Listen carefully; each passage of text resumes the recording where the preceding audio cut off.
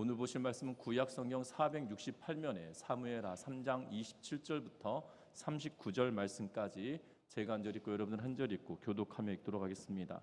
아브넬이 헤브론으로 돌아오매 요압이 더불어 조용히 말하려는 듯이 그를 데리고 성문 안으로 들어가 거기서 배를 찔러 죽이니 이는 자기 동생 아사헬의 피로 말미암음이더라.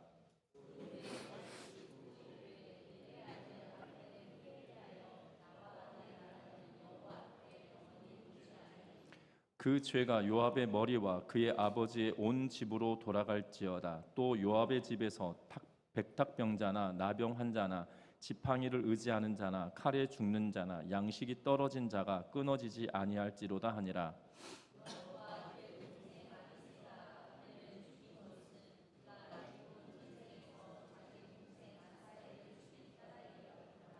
다윗이 요압과 및 자기와 함께 있는 모든 백성에게 이르되 너희는 옷을 찢고 굵은 배를 띠고 아브넬 앞에서 애도하라 하니라. 다윗 왕이 상여를 따라가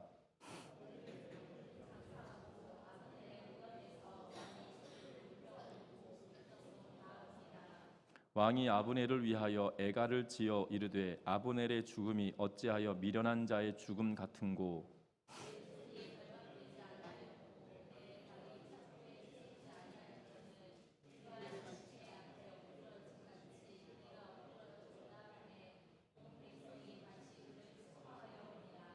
석양에 뭇 백성이 나와 다윗에게 음식을 권하니 다윗이 맹세하여 이르되 만일 내가 해기지기 전에 떡이나 다른 모든 것을 맛보면 하나님이 내게 벌 위에 벌을 내리심이 마땅하니라 하매.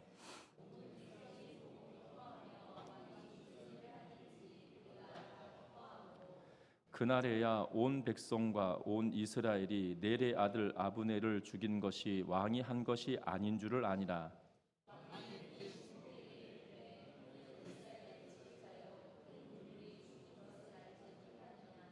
같이 읽습니다. 내가 기름 부음을 받은 왕이 되었으나 오늘 약하여서 수르야의 아들인 이 사람들을 제어하기가 너무 어려우니 여호와는 악행한 자에게 그 악한 대로 갚으실지로다 하니라.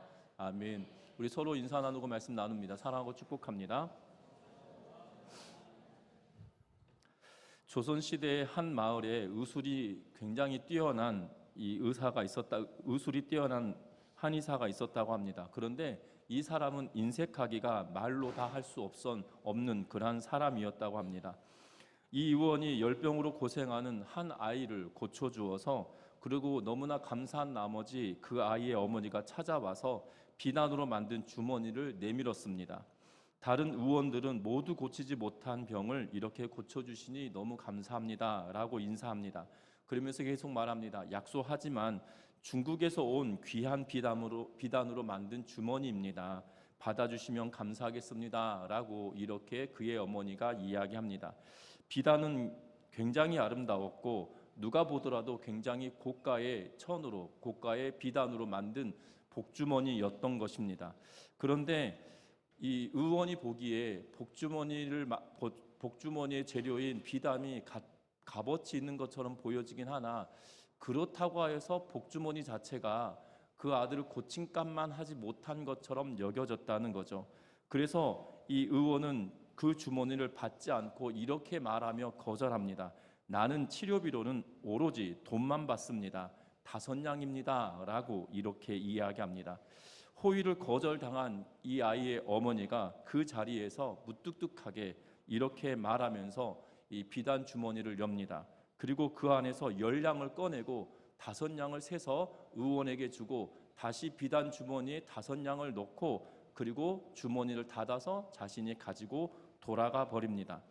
어떻게 보면 의원이 그 비단 주머니를 받았더라면 자신이 생각했던 5냥보다 2배 더 받고 비단 주머니도 받았을 텐데 자신은 비단 주머니의 가치가 치료비만큼의 가치가 있다라고 여기지 못함으로 인해서 그냥 5냥만 달라, 돈으로 달라 이 말 한마디로 그가 모든 것을 이런 말 하잖아요. 굴러 들어온 복을 발로 차버렸다.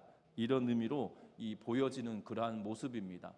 이 짤막한 만들어진 이야기인지 실제 이야기인지는 알 수 없겠지만 분명한 것은 우리가 사람들도 이러한데 다른 사람의 생각을 헤아리지 못하여서 자신에게 들어온 복을 거절해 버리는 일들도 있는데요.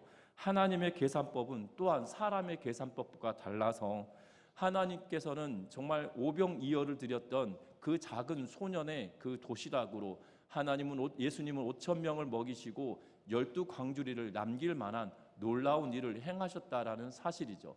사람의 눈으로 보면 이 보리떡 5개와 물고기 2마리는 소년이 한 끼를 먹을 수 있는 도시락밖에 되지 않았지만 하나님의 생각으로는 그것으로 인하여 놀라운 기적을 베푸신다라는 사실입니다. 사람의 생각과 하나님의 계획은, 하나님의 계산법은 달라질 수 있다라는 사실이죠. 그런데 하나님께서 계산하시는 방식을 생각하지 않고 사람으로만 계산한다라면 5천 명이 아니라 이 몇 명 먹고 나머지는 굶을 수밖에 없는 그러한 오병이어이겠죠. 사람의 생각으로, 사람의 계산으로 해보면 얼토당토하지 않은 일이지만 하나님은 그 일들을 하나님의 방식으로 계산하면 놀라운 일이 일어난다는 겁니다. 오늘 본문에도 2명의 사람이 등장하고 있는 것을 보게 되죠. 이 두 명의 사람은, 한 사람은 계산이 빠삭한 사람이고 또 한 사람은 굉장히 계산이 무딘 사람처럼 보여지고 있습니다. 또한 현실을 살아가는 우리의 시대는 계산이 빠른 사람이 성공할 수 있는 가능성이 높다라고 굉장히 많이 이야기하는 시대가 되어져 버렸습니다. 느린 것을 못 참고 손해보는 것도 못 참는 그러한 시대가 되어져 버렸다는 거죠. 또한 신박한 속도와 정확한 계산을 해내는 사람만이 이 시대에 살아남을 수 있을 거다라고 여기는 수많은 사람들이 있는 것을 보게 됩니다. 하지만 본문은 계산에 빠른 사람과 계산하지 않는 사람이 등장하고, 그리고 결국 계산이 빠른 사람은 모든 것을 잃어버리고 또한 계산이 느린 사람은, 계산하지 않는 사람은 모든 것을 얻게 되는 내용을 오늘 성경의 본문은 말하고 있다는 사실이죠. 세상의 사람들이 끊임없이 계산이 빠른 것이 유익하다, 유용하다라고 말하는 그때에 저와 여러분들은 계산이 아니라 하나님의 법을 생각하고 하나님의 마음을 생각하며 살아내는 우리 전미중앙교회 모든 성도님들 되시기를 주의 이름으로 부탁드립니다. 먼저는 우리 27절 말씀 다시 같이 읽어봅니다. 27절의 말씀입니다. 아브넬이 헤브론으로 돌아오매 요압이 더불어 조용히 말하려는 듯이 그를 데리고 성문 안으로 들어가 거기서 배를 찔러 죽이니 이는 자기의 동생 아사엘의 피로 말미암이었더라. 아멘.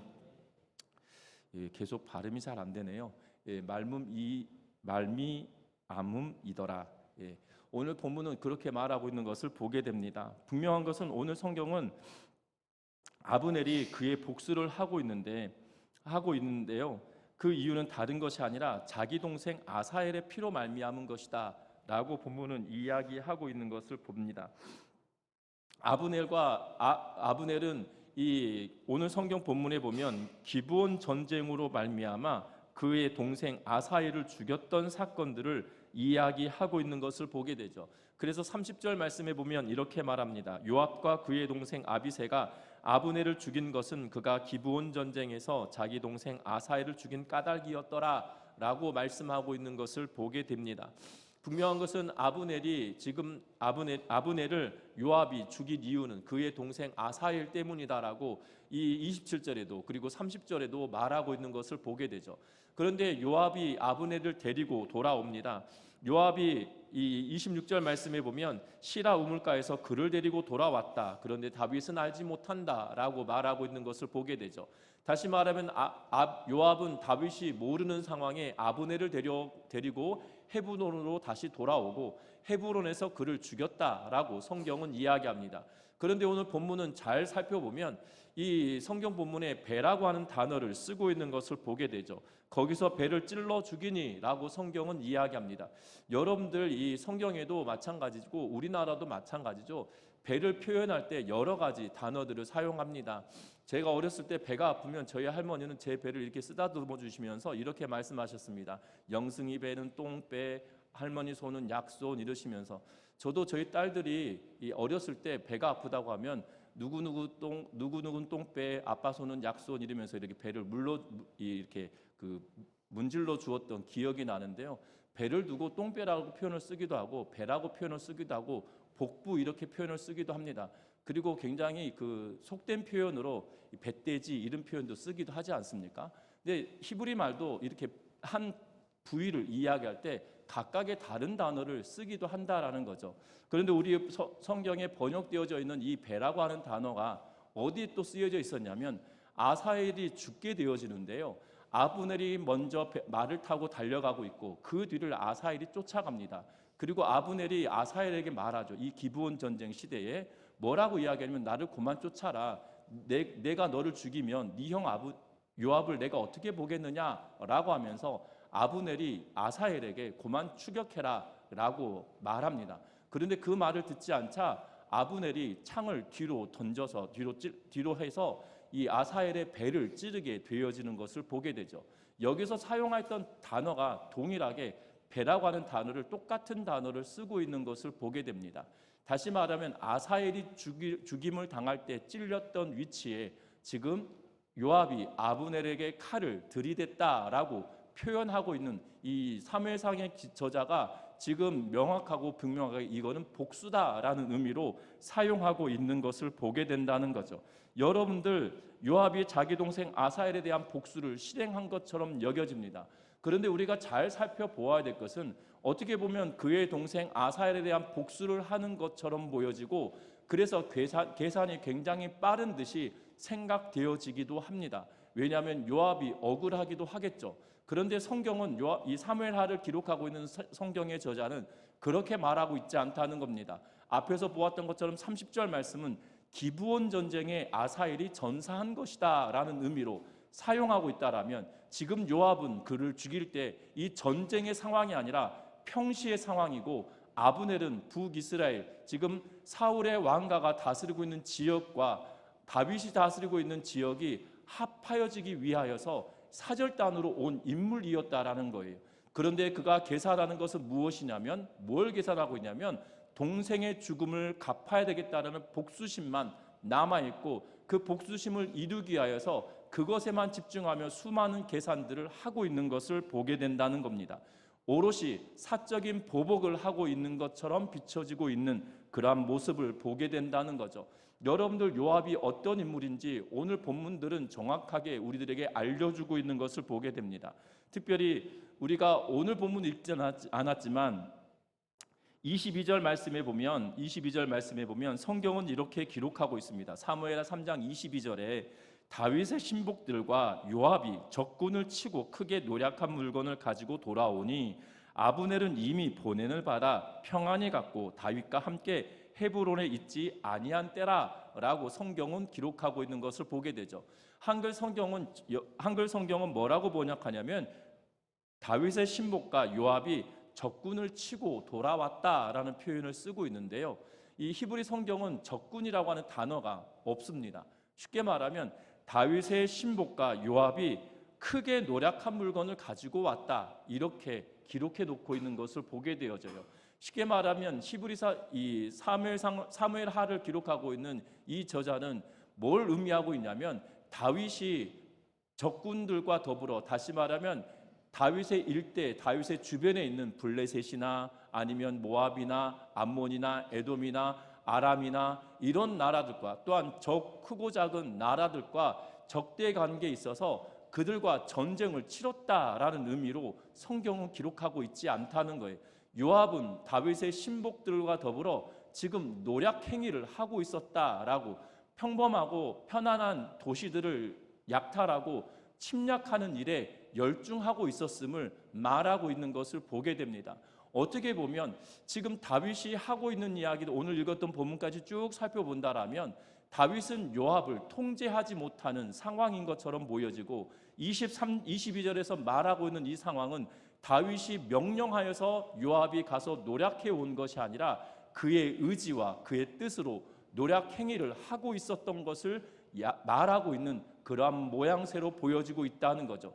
또한 다윗이 아브넬을 보낸 것으로 말미암아 그는 분노하고 다윗에게 말하고 있었던 내용들을 우리는 봅니다. 뿐만 아니라 요압이 아브넬을 데리고 돌아왔을 때도 다윗에게 아무것도 알리지 않고 있는 상황이고 또한 다윗이 다윗이 아브넬의 죽음도 뒤늦게야 알게 되어지는 그러한 상황인 것처럼 보여지고 있다라는 거예요. 요압은 분명한 것은 아사엘의 죽음에 보복하기 위하여서 그는 수많은 계산을 하고 수많은 계획을 하고 그리고 그 계획을 실행하고 있는 것처럼 비춰지고 있고, 뿐만 아니라 그 계획을 실행하는 데 있어서 다윗의 의지나 다윗의 뜻을 쫓기보다 자신의 계획과 자신의 계산에 쫓아 움직이는 사람인 것을 우리들에게 분명하고 명확하게 보여주고 있다라는 사실이죠.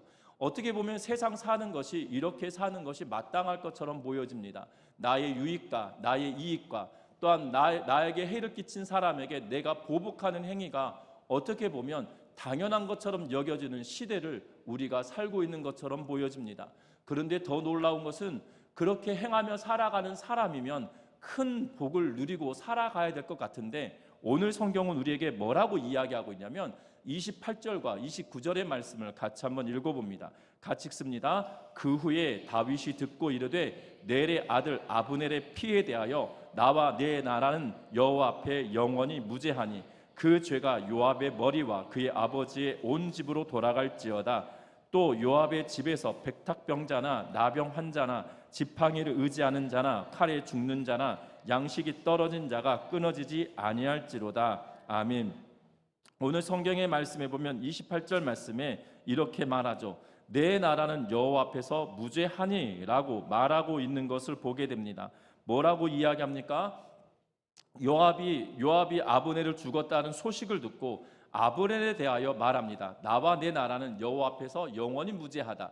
다시 말하면 지금 요압이 아브넬을 죽인 사건에 있어서만큼은 나와 내 나라는 아무런 관계가 없다라고 말하고, 오롯이 아브넬을 죽인 사건은 요압의 일이다라고 이 선을 긋고 있는 것을 보게 되죠. 쉽게 말하면 요압은 우리나라 사람이 아니다라는 의미로 선을 긋고 있는, 원문 자체는 그러한 의미로 쓰고 있는 것을 보게 됩니다.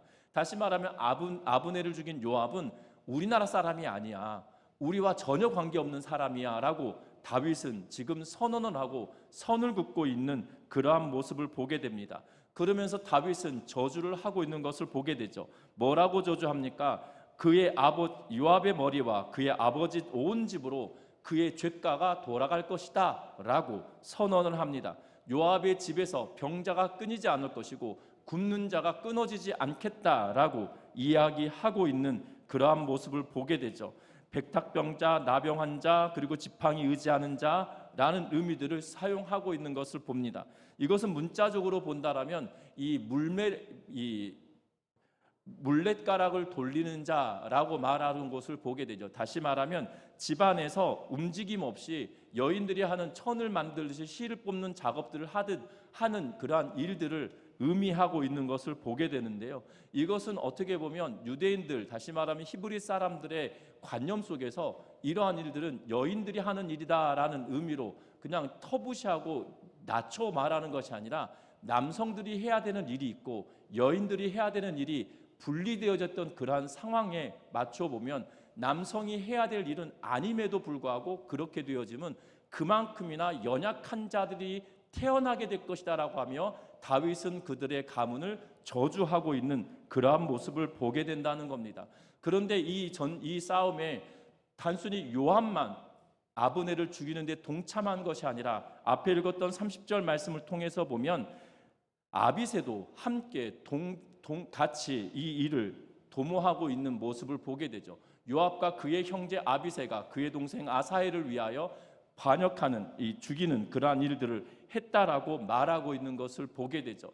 분명한 것은 결국 그가 계산이 빠르고 또한 왕의 의지와 상관없이 자신의 욕심을 채우기 위하여 엄청난 빠른 계산을 했던 인물이지만 결국 그에게 돌아오는 것은 저주이고 그에게 돌아오는 것은 그의 나라로부터 떨어져 나가게 되어지는 그러한 모습들을 보게 된다는 겁니다. 실상은 그 나라로부터 떨어져 나간 상황은 되어 있지 않지만 솔로몬이 왕위에 오를 때까지 그는 견고하게 군대 장관으로서 역할을 감당하지만 다윗의 마음속에는 언제나 그와 거리를 두려고 하는 그러한 모습을 끝까지 보게 된다라는 사실이죠. 저와 여러분들의 신앙의 여정에 계산이 빠삭하다라는 의미가 좋은 의미일 수도 있겠지만 성경적 의미로 본다라면 계산이 빠삭함은 결코 좋은 것은 아니다라고 우리에게 알려주고 있는 것을 보게 됩니다. 뿐만 아닙니다. 오늘 성경에 등장하는 계산을 잘 하지 않는, 계산하지 않는 인물이 등장합니다. 그는 누구냐면 다윗입니다. 다윗은 어떤 행위를 벌입니까? 31절의 말씀을 같이 한번 읽어봅니다. 다윗이 요압과 및 자기와 함께 있는 모든 백성에게 이르되 너희는 옷을 찢고 굵은 배를 띠고 아브넬 앞에서 애도하라 하니라. 다윗 왕이 상여를 따라가. 아멘. 오늘 성경의 말씀에 보면 다윗은 요압과 및 자기와 함께 있는 모든 백성에게 말합니다. 너희는 옷을 찢고 굵은 배를 띠고 아브넬 앞에서 애도하라 라고 지금 말하고 있는 것을 보게 되죠. 그리고 아브넬을 헤브론에 장사합니다. 그리고 아브넬 무덤에서 왕은 소리를 높이고 울고 있는 것을 보게 되고, 그리고 애가를 지어 부르고 있습니다. 그 내용이 33절과 34절에 기록하는데, 아브넬의 죽음이 어찌하여 미련한 자의 죽음과 같은가 라고 하면서 왜 아브넬은 이렇게 허망하게 죽었는가 라고 말하고 있는 것을 보게 되죠. 너의 손이 결박되지 않았고 너의 손이 착고에 채이지도 않았음에도 불구하고 불의한 자로 말미암아 너가 억울한 죽음을 당하였구나 라는 의미로 지금 다윗은 노래를 부르고 있는 것을 보게 됩니다. 여러분들, 억울한 죽음 앞에 다윗은 그 어떠한 계산도 하지 않는 것을 보게 됩니다. 헤브론에서 아브넬이 죽임을 당했다는 것은 어떻게 보면 당연한 일일 수도 있습니다. 북이스라엘로부터 내려온 사실이지만 북이스라엘의 실권자처럼 보여졌던 아브넬을 죽이는 것인 세상 사람의 가치나 의지로 본다라면 그것이 계산이 맞는 거예요. 왜냐하면 아브넬이 제거되어야 이스라엘을 통합하는 데 훨씬 수월한 상황이 되어지기 때문입니다. 그런데 다윗은 어떠한 상황을 이야기하고 있냐면, 어떻게 보면 지금 헤브론에서, 다시 말하면 유다에서 요압은 굉장한 이 전장의 승리를 이끌어왔던 수많은 용사들 가운데 하나이고, 그리고 어떻게 보면 유다 지파 입장에서 본다라면 요압은 충신으로 여겨질 자인데, 지금 요압을 탓하고 아브넬의 죽음에 대하여 애통해하고 애가를 지어 부르고 있는 것을 보게 된다는 거죠. 헤브론 사람들, 유다 지파 사람들의 입장에서 본다라면 이것은 참으로 적방하장의 상황이 되어져 있다라는 겁니다. 그럼에도 불구하고 다윗은 그러한 계산을 하지 않고 뭘 하냐면 아브넬의 죽음을 애도하고 있는 모습을 보게 된다는 겁니다. 분명한 것은 우리가 세상을 살아갈 때 세상의 가치로 본다라면 다윗은 지금 잘못된 계산을 하고 있다라는 거예요.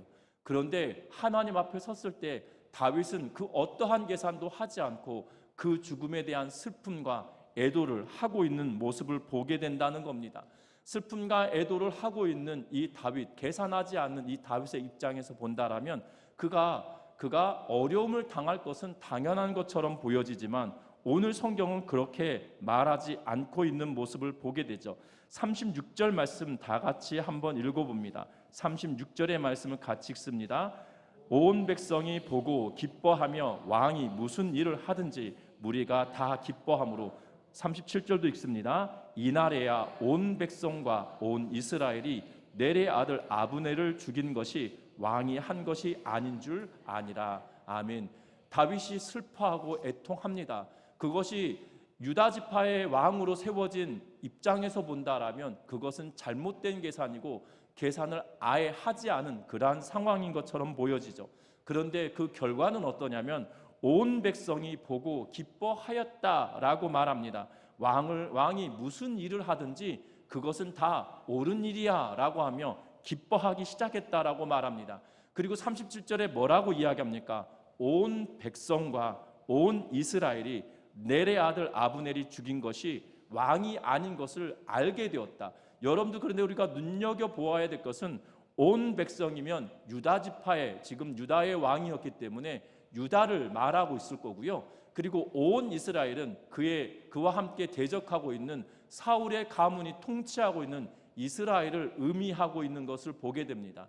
그래서 남유다라고 불려지고 북이스라엘이라고 지칭할 수 있는 그러한 상황이 되었는데, 남북 모두 이스라엘 백성들 모두가 다윗이 행한 것에 대하여 기뻐하고 있는 그러한 모습을 보게 되고, 그리고 아브넬이 죽은 것은 다윗이 그를 죽인 것이 아니라 요압의 단독 행동이었음을 온 백성이 알게 되었음을 말하고 있는 것을 보게 됩니다. 분명한 것은 성경은 말합니다. 지금 그가 계산하지 않고 그가 슬퍼하고 애통해하고 있음이 결국 모든 것을 얻게 되었다라고 우리에게 말씀하고 있는 것을 보게 되죠. 우리가 신앙으로 살아가는 삶을 살 때는 하나님의 가치가, 하나님의 말씀이 우리에게 요구하는 대로 살아내는 것, 세상이 말하는 계산이 아니라 하나님의 말씀이 나에게 뭘 하라고 하시는지, 하나님의 말씀이 지금 나에게 무엇을 요구하고 있는지 거기에 더 관심을 두는 우리 모두의 삶이 되어지시기를 주의 이름으로 부탁드립니다. 요압은 모든 것을 잃어버렸습니다. 그리고 다윗은 모든 것을 얻게 되었다라는 사실이죠. 우리는 모든 것을 얻기 위하여 수많은 계산들을 하지만 하나님이 원하시는 것은 내 뜻대로 살아라 라고 말씀하고, 그리고 내 뜻대로 행하면 내가 모든 것을 책임지겠다라고 우리에게 말씀해 주고 있다라는 사실입니다. 저와 여러분들이 신앙생활을 해가며 믿음의 길을 걸어낼 때 정말 하나님의 말씀을 중심으로 하나님의 뜻이 무엇인지를 고대하며 기대하면서 세상적 가치의 계산이 아니라 하나님의 뜻대로 계산하지 않으며 살아내는 우리의 삶이 되어지시기를 주의 이름으로 부탁드립니다. 말씀을 맺으려고 합니다. 계산이 빠르다고 앞서간다라고 생각할 수 있습니다.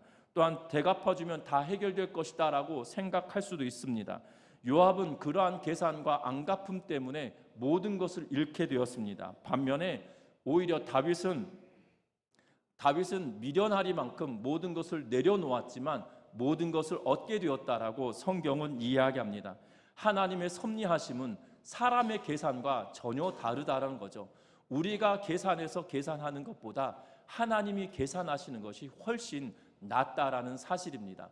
제가 어렸을 때 동네에 주산학원들이 참 많았습니다. 그런데 저는 주산학원을 다니고 싶었는데 갈 수가 없었거든요. 그러니까 집안에서 이 개척교회 목사님이 주산학원을 보내준다는 게 이게 불가능한 일이었습니다. 그러면 저희 집에서 조금만 올라오면 주산학원이 있는데요. 꼭 여름이 되면 창문을, 그때만 하더라도 에어컨이 많지 않으니까 창문을 열어놓고 꼭 이럽니다. 2원이요, 3원이요, 4원이요 뭐 이러면서 그 소리가 막 바깥으로 들려나거든요. 그러면 되게 부러웠던 기억이 납니다. 그런데 저희 학교 다닐 때, 저희가 학교 다닐 때 주산을 잘하는 친구들이 있어서 뭐 주산 견시대회 뭐 이렇게 나가가지고 상 받고 오고 그랬는데요. 그런데 중학교 갔더니 웬걸 주산학원이 싹 없어지고요. 사람들 손에 다 계산기가 들려있기 시작합니다. 그리고 어느 순간 계산기만 있는 것이 아니고요. 계산기만 있는 것이 아니고 요즘은 이 컴퓨터 프로그램에 숫자를 입력하면 다 계산해 줍니다. 덧셈, 뺄셈, 곱셈, 나눗셈, 심지어 함수까지 뭐 다 계산해 주는 그러한 시대가 되어져 버렸거든요. 여러분들 분명한 것은 어떻게 보면 주산으로 할 수 있는 계산이 있고 큰 컴퓨터로 계산할 수 있는 계산이 달리 있는 것을 보게 되죠. 그런데 우리는 어떻게 보면 인간의 계산은 주판을 튕기는 것과 똑같다라고 말하죠. 그래서 사람들이 계산은 한다라는 의미를 쓸 때 지금은 그런 말을 잘 쓰지 않지만 주판을 튕긴다라는 표현으로 사람이 계산 속이 빠르다라는 의미로 사용하고 있는 것을 보게 됩니다. 그런데 이 인간이 만들어 놓은 컴퓨터만 가지고도 수많은 계산들, 정말 엄청난 계산들을 해내는데 그 하나님은 그것을 뛰어넘으신 분이시죠. 왜냐하면 온 우주를 다스리시고 운행하시는 분이시기 때문이라는 겁니다. 사람들은 작은 기계 하나로 움직일 때도 수많은 노력들을 하지만 하나님은 온 천지 만물을 운행하시는데 그의 계획과 그의 뜻으로 행하시는 분이시죠. 그런데 우리는 그 하나님의 뜻에 쫓아 하나님이 우리에게 말씀하신 대로 비록 손해가 나는 것처럼 여겨진다 할지라도 그 길을 걸어내므로 하나님께서 부어주시는 놀라우신 은혜를 경험하는 우리 모두의 삶이 되시기를 주의 이름으로 부탁드립니다. 하나님 나라에서는 계산이 빠른 사람이 살아남는 것이 아니라 하나님의 뜻에 부합한 삶을 살아가는 사람이 그 하나님의 섭리하심에 동참하는 자라는 것을 기억하면서 내 뜻이 아니라 하나님의 뜻이 내 안에 실현되어질 수 있도록 내 삶을 하나님께 내어 맡기고 겸손함으로 나아가는 우리의 삶이 되어지시기를 주의 이름으로 부탁드립니다. 그러하기 위해서 어떻게 해야 되겠습니까? 하나님의 뜻을 분별하고 하나님의 뜻을 안다는 것은 그가 하신 말씀을 내가 충만히 알고 충분히 알 때에 비로소 가능하다라는 거죠. 하나님이 무슨 말씀을 하셨는지 내가 눈으로 보고 확인하지 않으면서 이것이 하나님의 말씀이다라고 여기면 큰 잘못이 되어진다는 거죠. 저와 여러분들이 기록된 하나님의 말씀을 눈으로 읽고 마음으로 읽으며 하나님의 뜻이 내 안에 실현되어지기를 간구하고 바라며 믿음으로 살아가는 우리 전미중앙교회 모든 성도님들 되셔서 계산으로 인하여 살아내는 것이 아니라 하나님의 뜻으로 살아내는 우리 전미중앙교회 모든 성도님들의 삶이 되어지시기를 주의 이름으로 부탁드립니다. 그래서 내 인생 가운데 하나님께서 개입하시고 나를 지으신 그 하나님이 나를 이끄시고 나를 도와주시는 그 하나님의 놀라우신 은혜를 날마다 경험하고 체험하며 살아가는 우리 모두의 삶이 되어지시기를 주의 이름으로 부탁드립니다. 이 시간 찬양하시겠습니다.